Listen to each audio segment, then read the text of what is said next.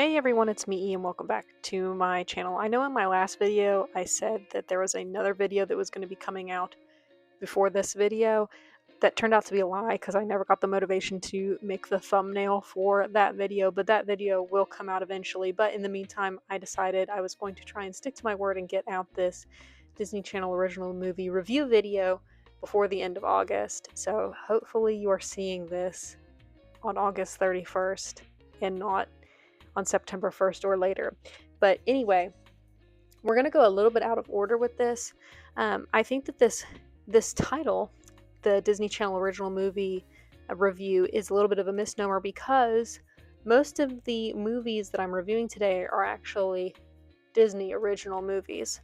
If you go to the list of Disney Channel original movies Wikipedia page, these movies are listed on there under a separate category, which is Disney original movies. And I think Zombies 3 might have been the last Disney Channel original movie. And then they released a bunch of Disney original movies, and then Zombies 4 was once again advertised and released under Disney Channel original movie branding. So I'm going to go a little bit out of order because I'm going to review the movie that I'm doing the fan art for first, which is Big City Greens, the movie Spacecation. I don't actually have a ton to say about this movie, other than that I generally liked it. And I think that the fact that I've never seen this show is a powerful testimony to the quality of the movie because I actually was able to follow it, watch it, and enjoy it. The only thing I had to look up was like what their family situation was because I thought they had a mom. And I was like, where's the mom? And then I realized, okay, their parents are divorced. So their mom is kind of an in and out character. And she is in the movie. She's just not on the titular Spacecation with them. The movie actually got a few chuckles out of me, a few snorts out of my nose. And with it being an animated movie, the fact that it's like super outlandish and unrealistic is not an issue for me. So like with live action movies, especially ones that aren't branded as fantasy movies, I'm a little bit more critical of like situations being realistic. But obviously I don't feel that way at all about animated movies. But even still, I think the premise is really fun and imaginative. The Green family goes on vacation to space. And I think that it's actually kind of ahead of its time in a sense, or maybe just super relevant because commercial recreational space travel is kind of a hot topic right now, and I think that like it's honestly kind of in a way progressive and interesting social commentary because the recreational space travel is definitely treated in the movie like something an evil person would come up with and definitely not pitched as something cool and good, which I think is funny and interesting. The movie is a musical, and honestly, I could take or leave the songs. Like, I didn't hate them, and they didn't, like, take away from the movie. And while, like, the style of the animation is kind of basic, I actually think it was decent and emotive, even with the simple character designs. The family conflict in the movie was compelling, but not overly dramatic. And Tilly, who is the sister in the family, she kind of adopts this little pet alien thing that she named Cookie, which is that floating glob up there that I drew, and I really liked that floating glob. Anyway, I think it was pretty action-packed for being like an hour and 24 minutes long, and I liked it. So for the story, I give it a 4 out of 5. For the lesson, I give a 3 out of 5. The lesson was about finding balance between something safe and familiar and trying new things, which I think is a good message. The songs, I give a 2 out of 5.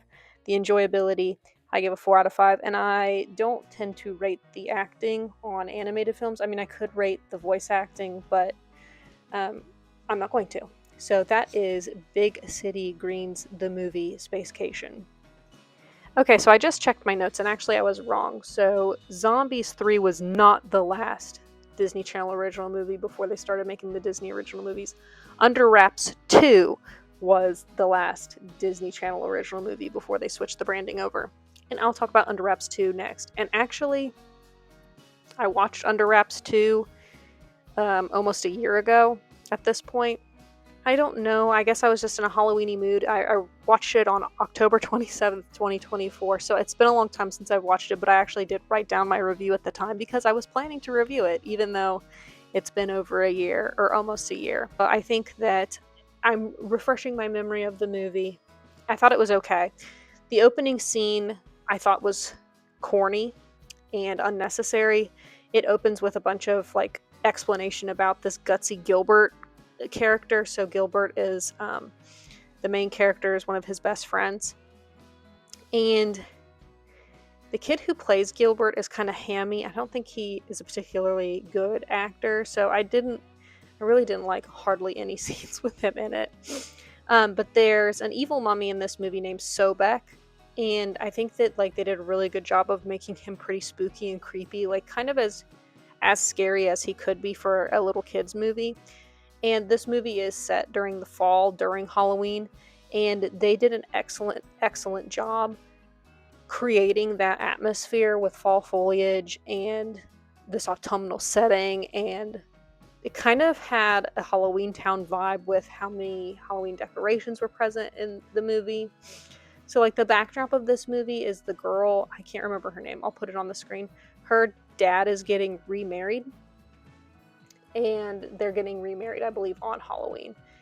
And so like, and they're getting married in this like super spooky Halloween town. Obviously, Harold the mummy from the first movie comes back. Anyway, they're kind of like battling with the evil mummy Sobek, and there's also like the love story going on between him and his mummy wife or mummy girlfriend, whatever. There's like a DDR scene in the middle that's like super silly. But anyway, there's like the conflict between the kids in the movie is that the main character Guy, who's played by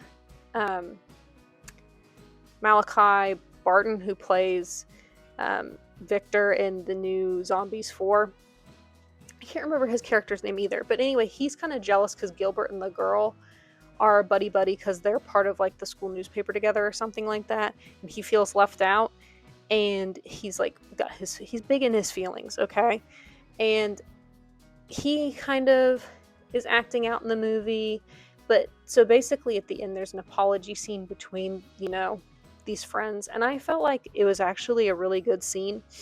It was not too easy for either of them. Like they both kind of had to admit their issues and like acknowledged their mistakes without getting defensive or trying to lie. And then at the end of the movie, the girl's dad ended up getting, married, because there's another conflict going on where she's in charge of the rings and she loses them. That's going on in the movie as well. And they believe they find the rings. But anyway, the kid's wedding attire at the end of the movie is like really cute.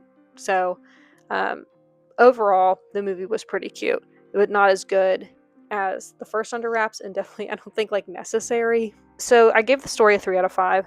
The acting I gave a 2 out of 5, which is mostly Gilbert's fault. The lesson I give a 2 out of 5, which there really was no fully developed lesson. One was that like you can be brave and scared at the same time. Another lesson is that true love is about more than like physical symbols like rings.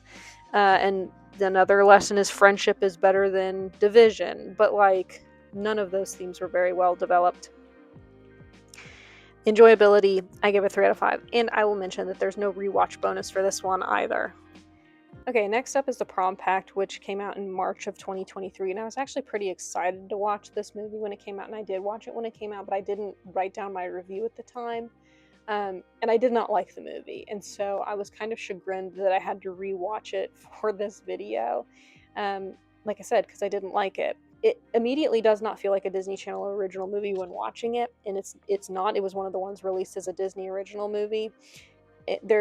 I'm only able to watch the Disney Plus version, so I haven't seen the Disney Channel version, but I would feel like with the amount of content they would have to cut to make it appropriate for Disney Channel, it just wouldn't really feel like the same movie. So I don't know. And I feel like you would miss some of the characterization, the plot, but obviously there's swearing in it, and there's like, kind of discussion of like sex and sexuality. Overall, I'm not into it for that reason. And immediately the character Mandy, the main female protagonist, she's just straight up not likable. She's judgy and insufferable, and her progressive views lack any empathy, which means they're pretty much purely performative. And also, like, she has this big gripe in the movie about how, like, the prom's coming up, it's 80s themed or whatever, and, like, there's all these promposals. She gripes that, like, the promposals don't actually cater to or align with the girls' interests. And that, like, complaint doesn't make sense because all of the promposals are related to the theme of the prom. So, like, I don't understand why they would necessarily have to be about the girls' interests because the guys are trying to play into the theme of the prom. But that's whatever. Milo's character, Ben, is unreasonably kind and forgiving. And as always, the conflict at the heart of this movie could have been resolved with nothing more than a good conversation, which I think is bad writing. If the whole conflict is just a miscommunication or a series of miscommunications, then there actually isn't much of a plot. The movie is Mandy's trying to get into Harvard. She needs a letter of recommendation. She knows this kid at school, Graham Lansing. His dad is a senator, so she wants to get a letter of recommendation from him because he was a Harvard alum himself. So she goes about this by trying to tutor his son in AP psychology. La-di-da, they fall in love. And in the midst of all this, she's like bailing on her best friend Ben, like I said, who's played by Milo Manheim.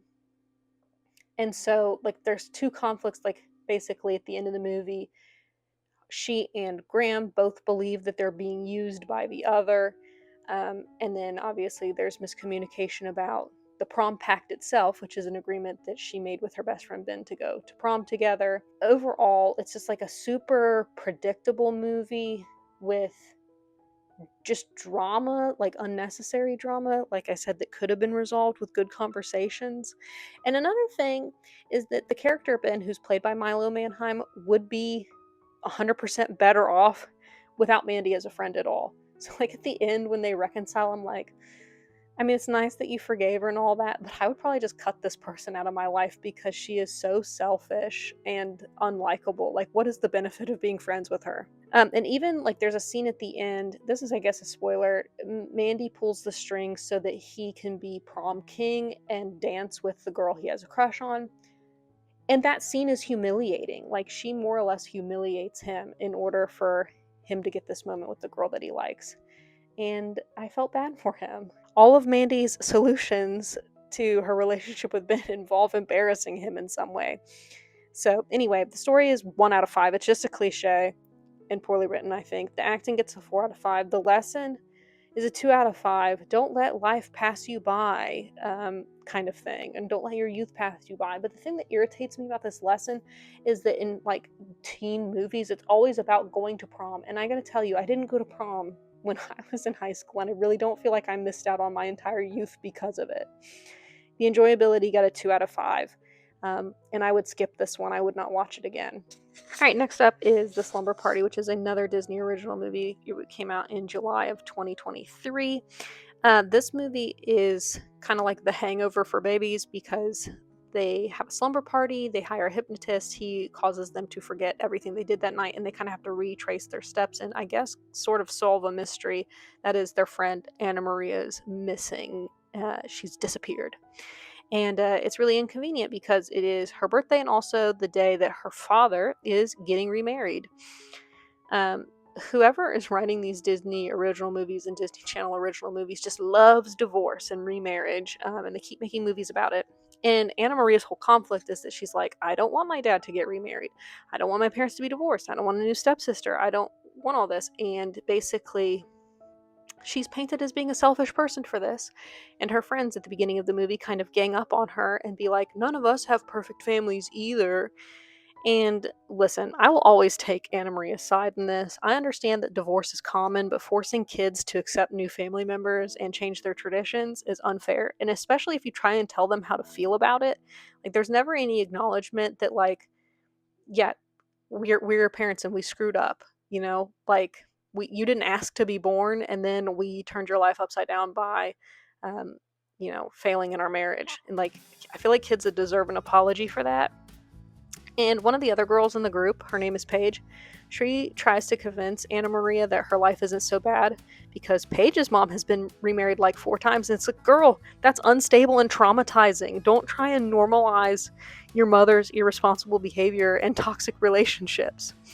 And you can tell how checked out Anna Maria's mom is because she let this grown man hypnotist be alone in her basement with some young teenage girls to hypnotize them. And like, that's just creepy.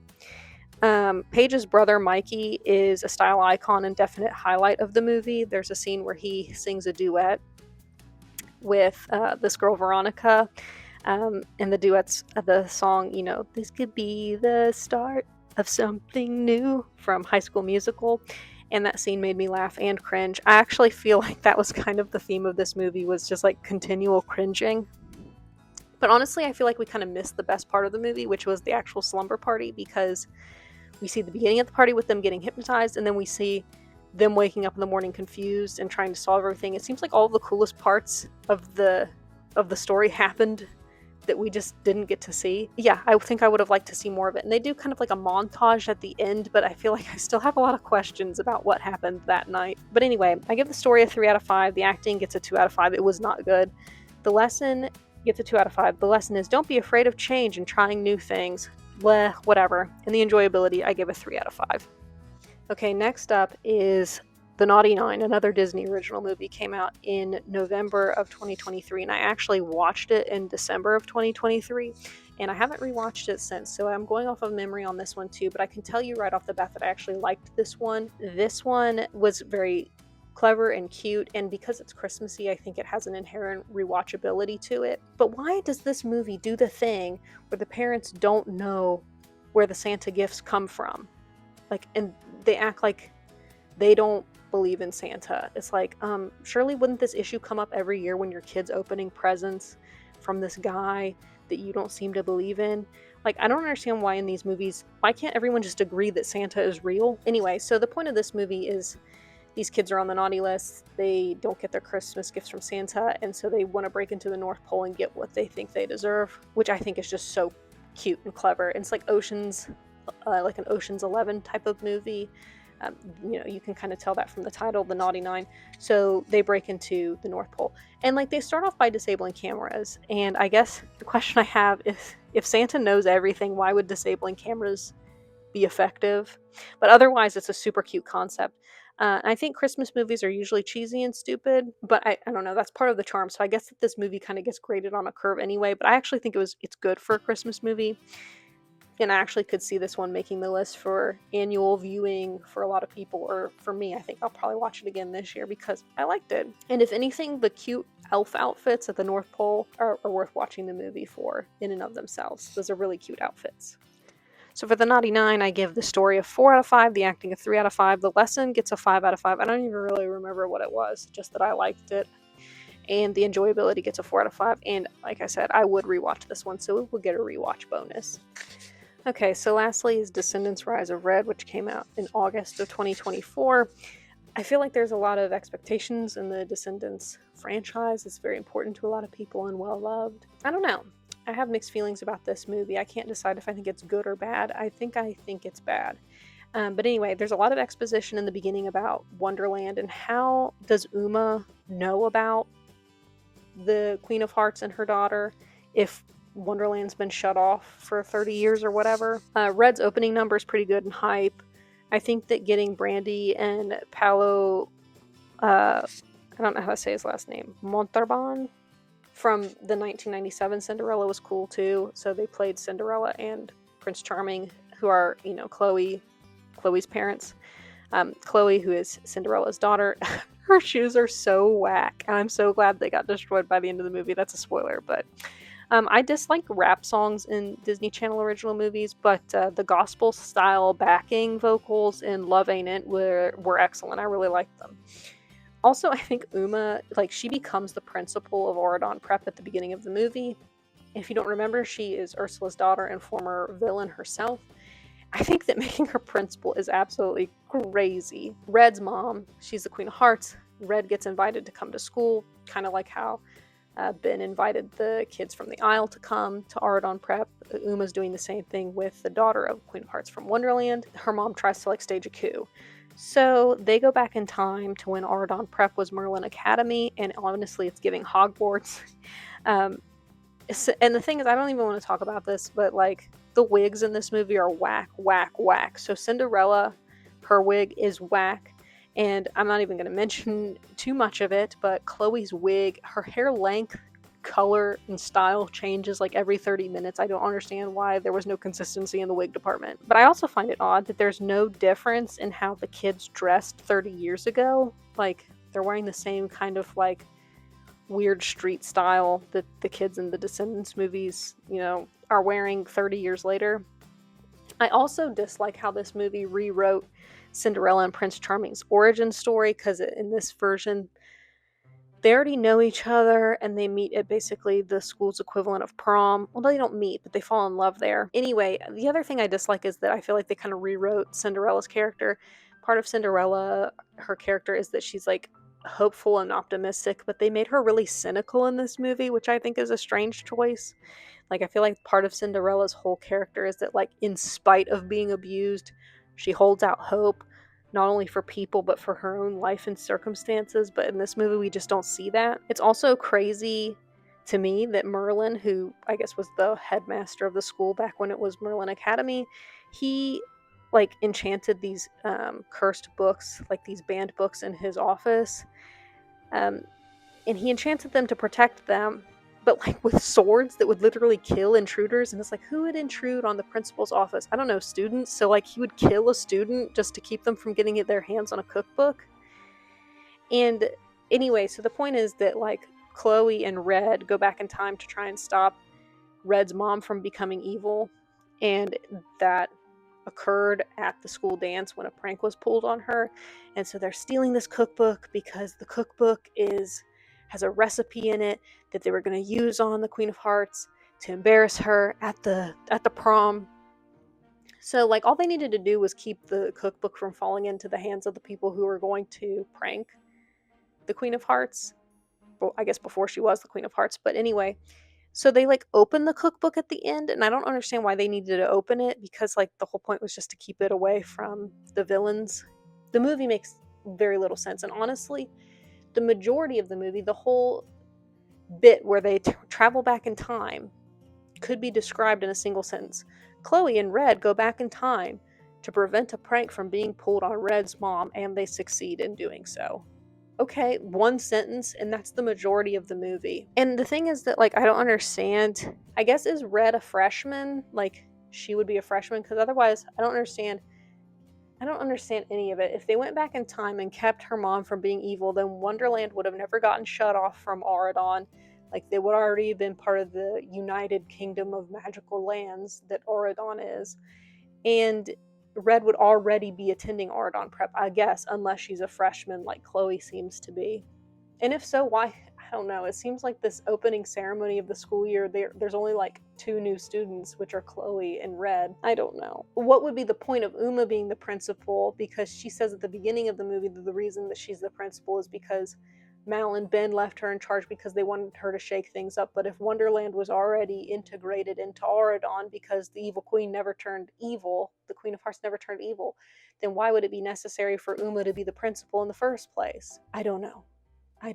And obviously, we get to the end of the movie, and the ending suggests that the whole timeline is now messed up. But then the movie just abruptly ends. I hate time travel movies. I hate it. I hate them so much because Chloe and Red, when they traveled back in time, had absolutely no regard whatsoever for the timeline. They did nothing to preserve it. They did nothing to try and keep the timeline from getting messed up. And we all just have to live with that. Okay. So the story, I give a 1 out of 5. The acting, I give a 4 out of 5 because I don't find Chloe's acting to be very good. The lesson, I give a 1 out of 5 because the lesson of the movie seemed to be that sometimes doing the right thing means breaking the rules. Sure, hiding Jews from the Nazis and stuff. But kids, the ones who'd be watching this movie, don't have that good of a judgment about, how the ends might justify the means. And, the ending hints that they messed up the timeline in the process anyway, so them doing the wrong thing for the right reasons still created problems. So the point is, to me, following rules is usually the right thing to do, because you don't, especially as a kid, understand the implications if you break a rule, and you often don't understand why the rule's in place. So I don't think it's a good lesson for a kid's movie. The enjoyability, I give a 3 out of 5, and the songs I give a 3 out of 5 because they're good but not super memorable. So anyway, that's the review of this recent batch of Disney original movies and Disney Channel original movies. I think they're going back to the Disney Channel original movie branding, and I'm glad about that. I wish they would have never messed with it, and I also wish that Prom Pact didn't seem so vulgar and was actually a Disney Channel original movie and not whatever the heck it is. So anyway, that's all for this video. I'll see you in the next one. Thanks for watching. Bye-bye.